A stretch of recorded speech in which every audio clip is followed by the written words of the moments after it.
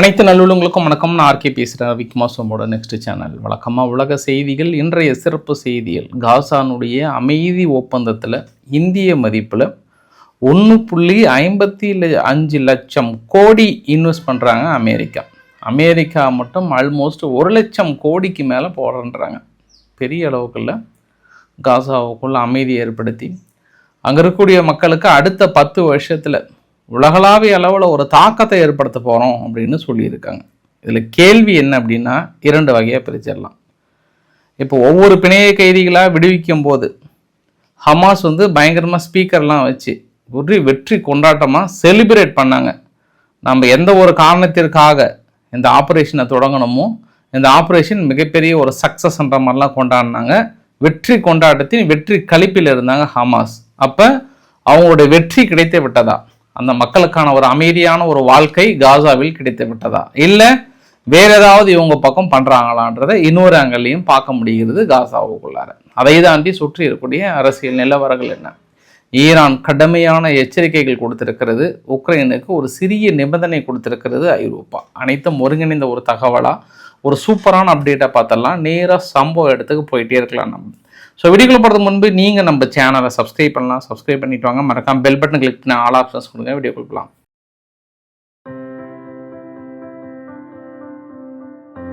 முதல் தகவல், நாட்டாம அவங்க தம்பிக்கிட்ட இருந்து போயிடலாமா? ஏன்னா நாட்டாம வேற ரொம்ப பேசினாரு. யாருன்னு நினச்சிடாதீங்க, கன்ஃபியூஸ் ஆகாதீங்க.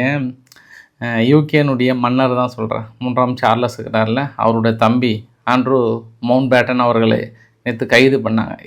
எப்ஸ்டீன் ஃபைல் விவகாரம் சார்பாக பெண்களை கடத்தினாரா, குழந்தைகளை கடத்தினாரா, இல்லை முக்கிய கோப்புகளை அங்கே கசியை விட்டாரான்ற அடிப்படையில் ஒரு 20 வருடத்திற்கு முன்பு இந்த பலே 20 ஒரு 15 வருடங்களுக்கு முன்பு இந்த பலே வேலைகளை செய்தாரா அப்படின்ற இன்னொரு ஆங்கிளில் நேற்று பிடிச்சிட்டு போனாங்க.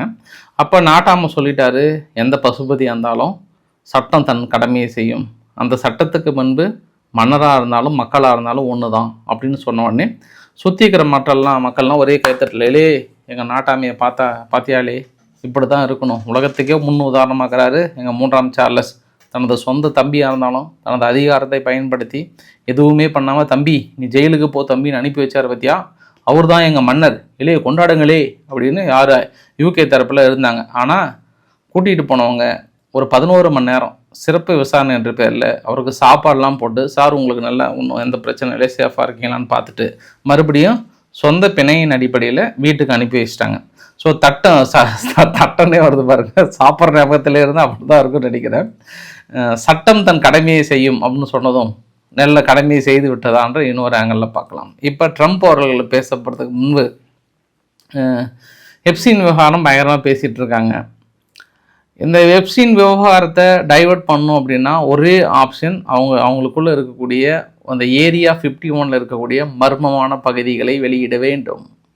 உலகம் முழுவதும் ஒரு ஆவலை ஏற்படுத்தி இருக்கிறது. காரணம் என்னவென்றால், ஏற்கனவே ஒபாமா அவர்கள் தனது பேட்டியில் ஏலியன் இருக்கிறது உண்மைதாங்க, ஏரியா 51 இருக்கிறத பற்றி எனக்கு அவ்வளோ தெரியாது, ஆனால் ஏலியன் இருக்குது, நிறைய பூமிக்கு வந்திருக்கு அப்படின்ற கான்செப்டை அப்பயே சொல்லிட்டார் மனுஷன்.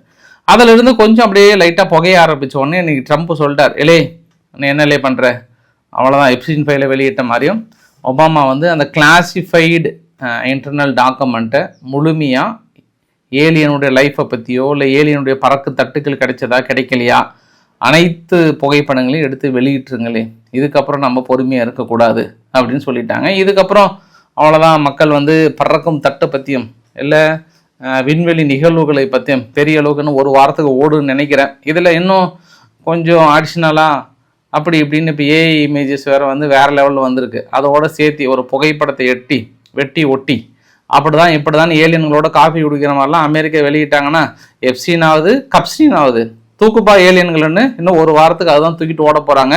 அப்புறம் இதை வைத்து விசாரணை பண்ணுற மற்ற நாடுகள்லாம் நிறுத்துங்களே, ஏலியன்களை விசாரிங்களேன்னு அவங்க ஒரு பக்கம் போயிடுறாங்களான்னு தெரியல. அது பொறுத்திருந்து பார்க்கலாம்.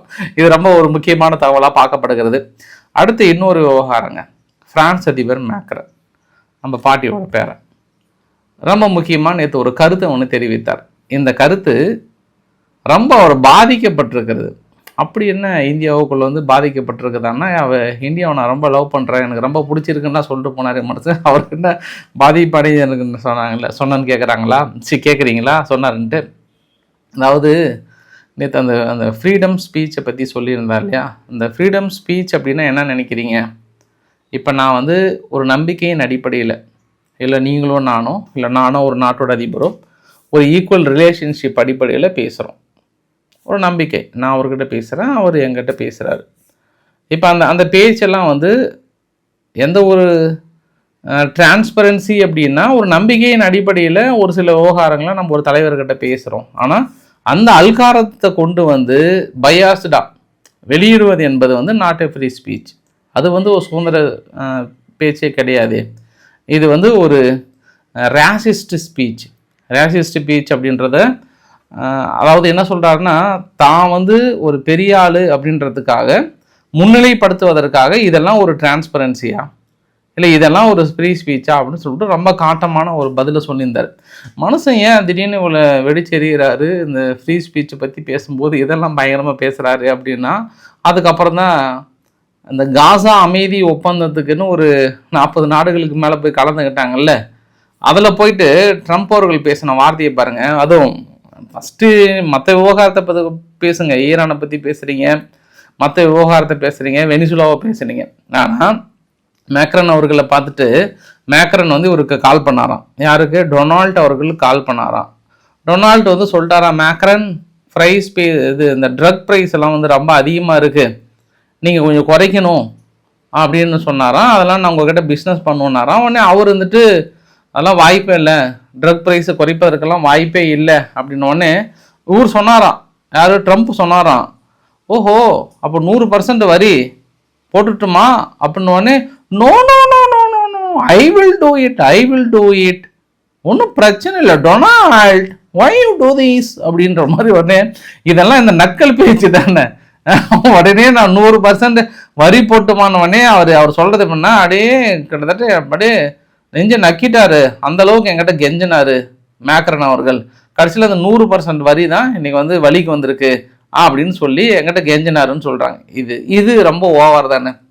எப்போவுமே ஒரு நாட்டோட அதிபர் 2 பேரும் நம்பிக்கையின் அடிப்படையில் பேசுகிறீங்கன்னா அது கொஞ்சம் ரிஸ்க்கு தானே. ஏன்னா இந்திய பிரதமர் மோடி அவர்களே சொல்லியிருக்கிறார், இதே மாதிரி ஃபோனில் பேசும்போது லெட்ஸ் மேக் ஏ டீல் அப்படின்னு சொல்கிறது காரணம் என்னென்னா, நான் மோடிக்கிட்ட பேசினேன், தாக்கல் நிறுத்துறீங்களா இல்லையான்னு கேட்டேன், அவர் நிறுத்தலைன்னாரு.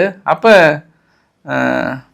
வரியை போட்டுமானவொடனே no no no no Donald அப்படின்னாராம். உடனே வரியை நிறுத்திட்டாராம்.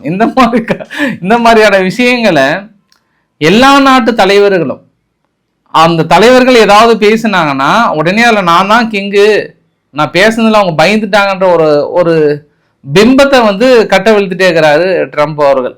அதனால் இந்த நியூஸ் இவர் கரெக்டாக எங்கள் இந்தியாவில் இருக்கும்போது கேள்விப்பட குசுன்னு சொல்லியிருப்பாங்க, தலைவரே உங்களை பற்றி தான் சொல்லி சிரிச்சிட்டு இருக்கிறாங்க, இன்னும் நோ டொனால்டு சொன்னீங்களா, அந்த வெறுப்பை அவர் எங்கே காட்டிட்டாரு? மீடியா முன்னாடி காட்டிட்டார். இந்த மாதிரி ஒரு நம்பிக்கையான ஒரு ரிலேஷன்ஷிப் வந்து நான் இந்தியா கிட்ட உணர்றேன் அப்படின்ற ஒரு வார்த்தையை சொல்லும் போது, அப்போ அடி பால் வந்து எங்கே அப்படின்னா அவர் அமெரிக்காவை தான் காட்டினாரோ அப்படின்ற இன்னொரு ஆங்கிள்லையும் பார்க்க முடியுது. ஒரு ட்ரம்ப்பை பற்றி நம்மளுக்கு தெரியாத பாஸ் நேற்று கூட ஒரு வார்த்தை சொல்கிறாரு, விக்ஸாப் அருமையான ஒரு நபர், அங்கே அமைதி பேச்சுவார்த்தைக்கு எங்கே அனுப்புகிறேன்? புட்டின்கிட்ட அனுப்புகிறேன். பட் புட்டின் பர்சனலாக அவருக்கு தெரியாதில்ல, புட்டின் வந்து வேர்ல்டு லீடர் மட்டும் தான் தெரியும். நான் ஃபோன் பண்ணி சொல்கிறேன், புட்டின் நம்ம ஆள் ஒருத்தர் வராரு, விக்ஸாப்னு ஒருத்தர் வருவார், அவர்கிட்ட பேசுங்க அப்படின்னு. 1 hour ஆச்சான். ஃபோன் பண்ணாராம், விக்ஸாப் வாட்ஸ் கோயிங் ஆன் அப்படின்னா, சார் பேச்சுவார்த்தை போயிட்டுருக்கு சார் அப்படின்னா. சரி முடிச்சுட்டு கால் பண்ணு அப்படின்னு சொன்னாராம். அப்புறம் 2 hour ஆச்சான், 3 hour ஆச்சான், 4 hour ஆச்சான். போயிட்டே இருக்கான், மீட்டிங்கு போயிட்டே இருக்கான். Really shocked. 1 மணி நேரம் கூட தாங்காதுன்னு நினச்சேன். ஆனால் இவர் போயிட்டு அவர்கிட்ட 5 மணி நேரத்துக்கு மேலே பேசி அவரை கன்வின்ஸ் பண்ணுற அளவுக்கு தயார் பண்ணியிருக்கிறார் அப்படின்னா, விக்ஸாப் வந்து ஒன் ஆஃப் த ஒரு கிரேட் பர்சனை நான் வந்து அடையாளம் காட்டியிருக்கிறேன் அப்படின்னு இவரை சொல்ல. உடனே மார்க்கோ ரூபியோ அவர்களை போயிட்டு அங்கே முனி செக்யூரிட்டி கான்ஃபரன்ஸில் போயிட்டு பிரித்து மேய்ஞ்சிட்டாரு. என்ன ஒரு ஸ்பீச்சு! அடடடட, ஒட்டுமொத்த ஐரோப்பா நாடுகளும் கற்றுக்கணும்ன்ற மாதிரிலாம் அங்கே சொல்ல. இங்கே மறுபடியும் ஓடி வந்து இந்தியா பாகிஸ்தான் பிரச்சனையை 7 விமானங்கள் சுட்டு வீழ்த்தப்பட்டது, வெரி எக்ஸ்பென்சிவ் ஜெட்டு. சரி சொல்கிறேன்னு சொல்கிறேன் கோட்டசாமி, யார் யாரோட விமானங்களை சுட்டு வீழ்த்தினாங்க, அதை ஏதாவது உருப்படியாக இது வரைக்கும் சொன்னீங்களான்னா சொல்லலை. அதுக்கப்புறம் கிட்டத்தட்ட அணு ஆயுத யுத்தமே வந்திருக்கும். நான் தான் லெட்ஸ் மேக் ஏ டீல்னு பயந்துட்டு 2 நாடுகள் நிறுத்திட்டாங்க. ஒரு அணு ஆயுத யுத்தத்தையே நிறுத்திட்டேன்னு மறுபடியும் எங்கே சொல்கிறாரு, அந்த காசானுடைய பீஸ் பிளான்னு சொல்கிறார். உடனே இந்த இதெல்லாம் முடிஞ்சதுக்கப்புறம் பாகிஸ்தானுடைய பிரைம் மினிஸ்டர் ஷபாக் ஷெரீப் அவர்கள் கலந்துக்கும் போது the saviour of South Asia யாரு, டொனால்ட் ட்ரம்ப் அவர்களை பார்த்து சேவியர் ஆஃப் சவுத் ஏசியான்னு சொல்லி புகழுகிறார். ஒன்று பண்ணுங்க பாகிஸ்தான், அவரோட புகைப்படத்தை, கடவுள் படத்துக்கு பதில் அவர் புகைப்படத்தை டெய்லி மாட்டி அவர் டெய்லி கும்பிட ஆரம்பிச்சிருங்க. அதுதான் கரெக்ட். ஏன்னா உங்க நாட்டை காப்பாற்றி இருக்கிறார், அணுவாயுத யுத்தத்திலிருந்து காப்பாற்றி இருக்கிறார். இல்லை என்றால் அணுவாயுத யுத்தம் 3 லட்சக்கணக்கான கோடிக்கணக்கான மக்கள் இறந்திருப்பார்கள். அதை தடுத்தார் அல்லவா, அதற்காக நான் சேவியர் ஆஃப் சவுத் ஏசியான்னு சொல்லி புகழ்ந்து தள்ளி இருக்கிறார் அங்க. இதுக்கப்புறம் தான் பாகிஸ்தான்ல இருக்குன்னு நினைக்கிறேன். நான் இன்னொரு அட்வைஸும் சொல்றாரு, இதெல்லாம் ரொம்ப முக்கியங்க. இது பத்தி நான் பேசிட்டு தான் நான் உள்ள போறேன். கத்தாரினுடைய பிஎம் பற்றி சொல்றாரு. கத்தாரினுடைய பிஎம் வந்து ஒன் ஆஃப் த குட் கை. நிறைய பேர் வெளியிலேருந்து சொல்கிறாங்க அவரை பற்றி தெரியாமல் அவர் ஒரு எவில், அவர் சாத்தான்ற மாதிரிலாம் சொல்கிறாங்க, ரொம்ப ஒரு டஃப் கை, ரொம்ப மோசமான ஆள் அப்படிலாம் சொல்கிறாங்க. ஆனால் எவ்வளோ நல்ல விஷயங்கள்லாம் பண்ணுறாங்க. அவருக்கு மெயின் காரணம் என்ன அப்படின்னா, அவளுக்கு அந்த பப்ளிக் ரிலேஷன்ஷிப் ஏஜென்சி இல்லையா. அவர் என்ன பண்ணாலுமே வெளியே வந்து மக்களுக்கு எடுத்துரைக்கிறதுக்கு ஆள் இல்லை.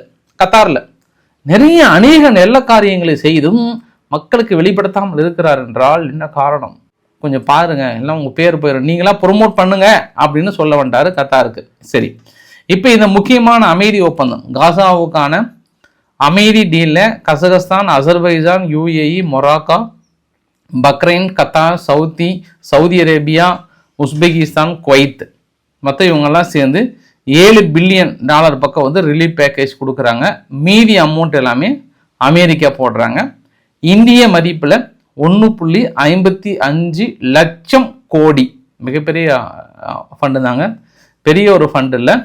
நினச்சி பாருங்களேன், ஒரு பட்ஜெட்டை கூட்டி நம்ம இவ்வளோ நிதிகள் ஒதுக்கணும்னா நம்ம எவ்வளோ பட்ஜெட் நம்ம ஒதுக்க வேண்டியது இருக்கிறது. ஆனால் இவ்வளோ நிதியை காசாவுக்குள்ள அமைதி ஏற்படுத்துவதற்காக ஒதுக்குறேன்றாங்க. சரி, அதில் அடுத்து ரொம்ப முக்கியமான பாயிண்ட்டு, நம்ம யாரையும் நம்புறதுக்கு இல்லை பாஸ். ஒருத்தர் வந்து சும்மாவே ஃபண்டு கொடுத்து ஒரு நாட்டுக்குள்ளே அமைதி ஏற்படுத்துகிறோன்னா அவங்க அவ்வளோ பெரிய தியாகிகள்லாம் யாருமே இல்லையே. அந்த அளவுக்கு தியாகிகளாக இருந்தாங்கன்னா இவங்க ஏன் ஐநாவிலேருந்து விலகிறன்றாங்க.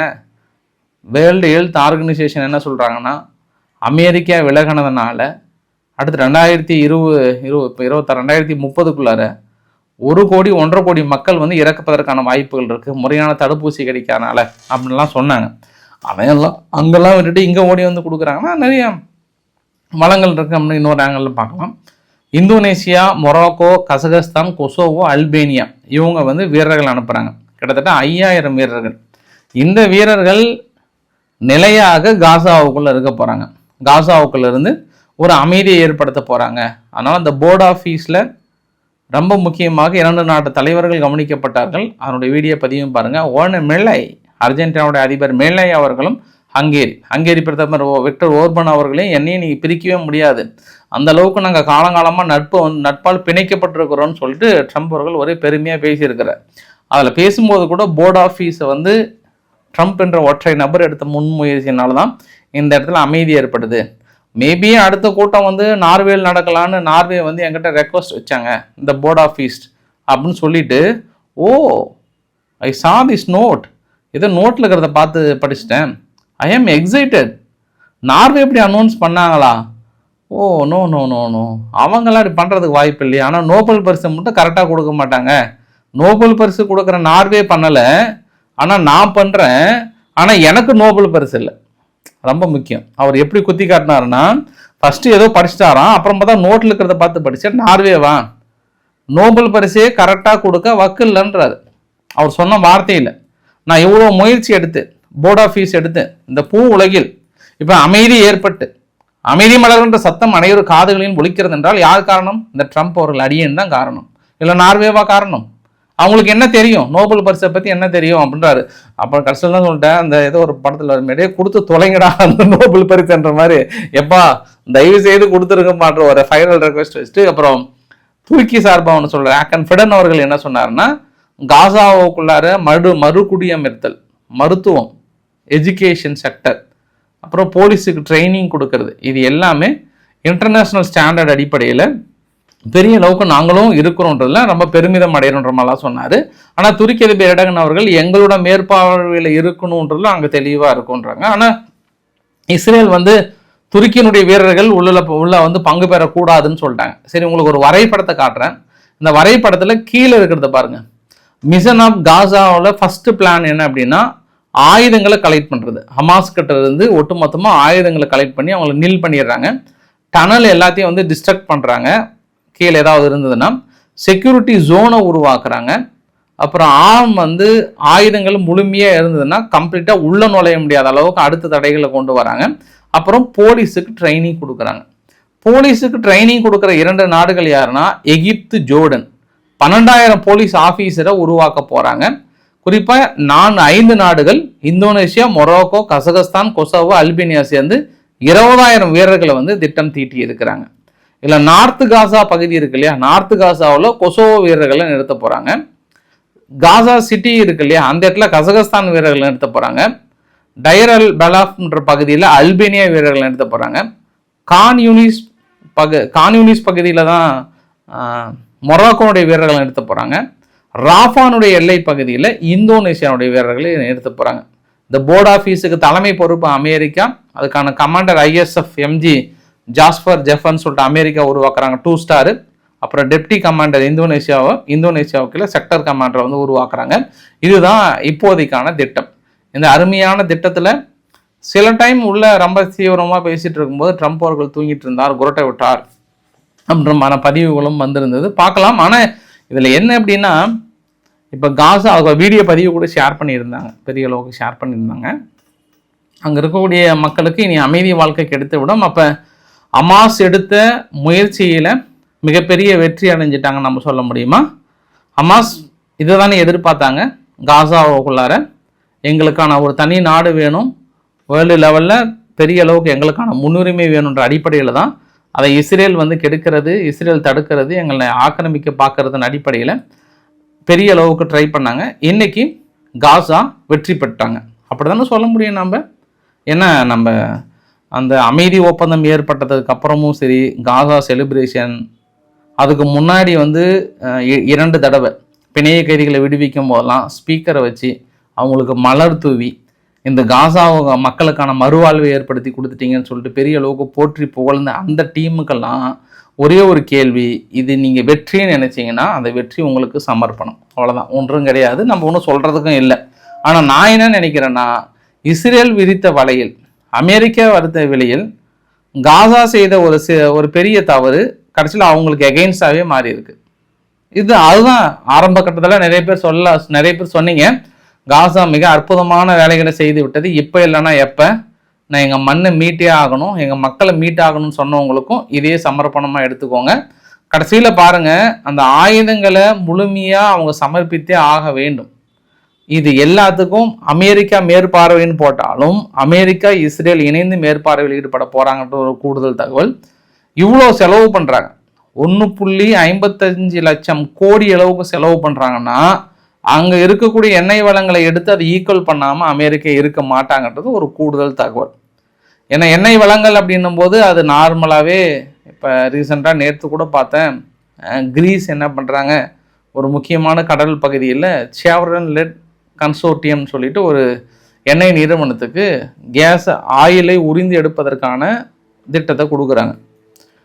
ஆனால் துருக்கி வந்து கடுமையாக எதுக்குறாங்க. கிரீஸ், நீங்கள் துருக்கிக்கு லிபியாவுக்கு இருக்கக்கூடிய மேரிடைம் அக்ரிமெண்ட்டை பேஸ் பண்ணி இதை நீங்கள் மீறுறீங்க, இது எங்களோட இன்டர்நேஷ்னல் லாவை மீறுற மாதிரி இருக்கும், கடுமையான விளைவுகளை சந்திப்பிக்க நேரிடும் அப்படின்னு சொல்லியிருக்காங்க. பார்க்கலாம் என்ன நடக்க போகிறதோ. துருக்கி திடீர்னு கிரீஸுக்கு எதிர்ப்பு தெரிவிச்சிருக்காங்க.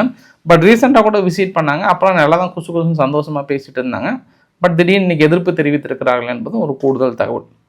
இத்தாலியினுடைய பிரதமர் ஜார்ஜியா மெலோனி அவர்கள் என்ன சொல்கிறாங்கன்னா, எங்கள் ஐரோப்பா நாடுகளோட கொள்கையும் என்னுடைய கொள்கையும் ஒன்று தான், ஈரானிடம் அணு ஆயுதங்கள் இருக்கக்கூடாது.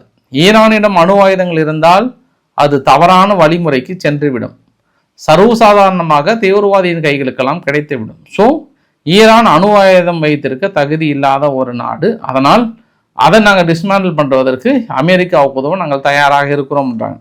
ஆனால் நேற்று கூட ஒரு கடிதம் ஒன்று பார்த்தேன் நான், அது ஐநாவுக்கும் வந்து சப்மிட் பண்ணியிருந்தாங்க ஈரான் தரப்புலேருந்து. எங்கள் மீது தாக்கல் நடத்தப்பட்டால் மத்திய கிழக்கு நாடுகளில் அனைத்து வித அமெரிக்க சொத்துக்களையும் தாக்குவோம் என எச்சரிக்கை, கடுமையான எச்சரிக்கை. ஒருவேளை போறது மூண்டுச்சு அப்படின்னா கணிக்க முடியாத விளைவுகளை ஏற்படுத்திவிடும், அதற்கும் அமெரிக்காவே பொறுப்புன்றாங்க. ஸோ நம்ம இவ்வளோ போர் விமானங்களை கொண்டு வந்து நிறுத்துறாங்க. இன்னும் இன்னைக்கு டீட்டெயில் உங்களுக்கு நைட்டு கொடுக்குறேன் பாருங்க, இன்னும் பயங்கரமாக இருக்கும்.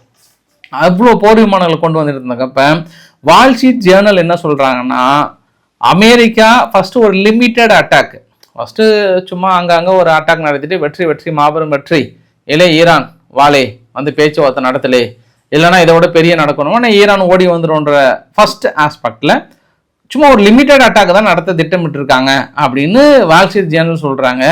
ஆனால் நடக்கிறத பார்த்தா எனக்கு அப்படி தெரியலையே.